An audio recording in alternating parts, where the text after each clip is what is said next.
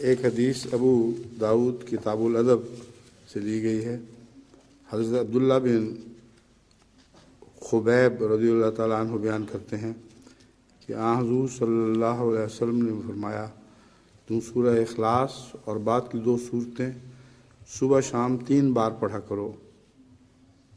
یہ ذکر تجھے ہر چیز سے بے نیاز کر دے گا، یعنی اللہ تعالیٰ تمہاری تمام ضرورتوں کا متکفل ہو جائے گا۔ اب اس میں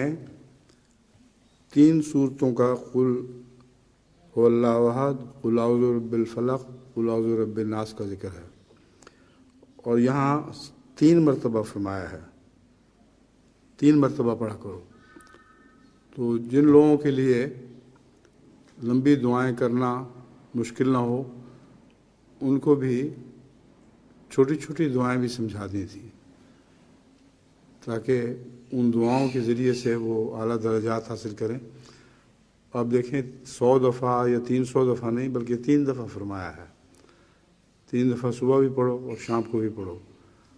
لیکن ان 3 دفعہ پڑھنے کے نتیجے میں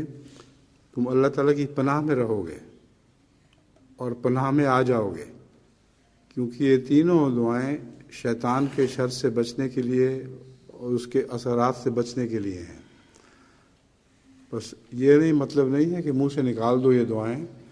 اور وہی بات پوری ہو جائے گی۔ حضور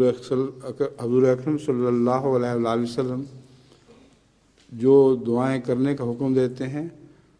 وہ تب مقبول ہوتی ہیں جب دل سے بھی کی جائیں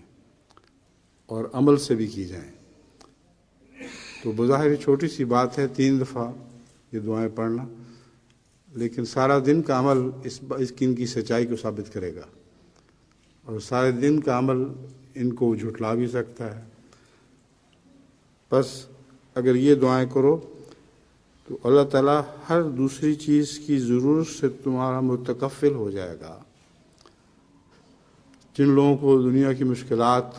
میں خدا کی پناہ چاہیے، اموال کی کمی ہو، ضرورتیں ہوں، ان سب کے لیے یہی دعا حضور صلی اللہ علیہ وسلم نے فرمائی، یہ کافی ہو جائے گی اگر سچے دل سے کرو گے۔ اور اس میں یہ پیش نظر رکھنا چاہیے کہ 3 دفعہ سے مراد یہ نہیں کہ صرف 3 دفعہ پہ اکتفا کر جاؤ، 3 دفعہ کم سے کم طاقت رکھنے والے انسان کے لیے ہے، جس کو زیادہ توفیق ملے، جس کو سارا دن یہ دعائیں کرنے کی توفیق ملے تو وہ سارا دن بھی کر سکتا ہے۔ چھوٹی سی دعائیں ہیں اور ان کا